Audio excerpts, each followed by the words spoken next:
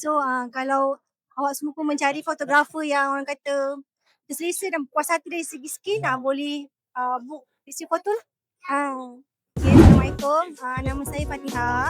Saya sangat berpuas hati pada sesi foto. Fotografer sangat ramah. Mudahlah nak deal dengan fotografer on time. Selesa. Sebab untuk saya nak cari fotografer yang saya selesa. Bukan saja kualiti gambar je. Itu ciri-ciri fotografer yang saya cari lah. So kalau awak semua pun mencari fotografer yang orang kata terselesa dan puas hati dari segi skill, boleh book sesi foto lah. Sebabnya saya rasa kalau satu fotografer macam tak cukup untuk cover the whole day one kan, kita ada pengantin lagi. So bila kita ada 2 fotografer ni, insyaAllah semua tercover lah kot. Kita boleh fokus on tetamu and family. Dalam masa yang sama, pengantin pun tak terlepas pandang lah. Nak booking fotografer untuk majlis korang? Tekan je link di bio.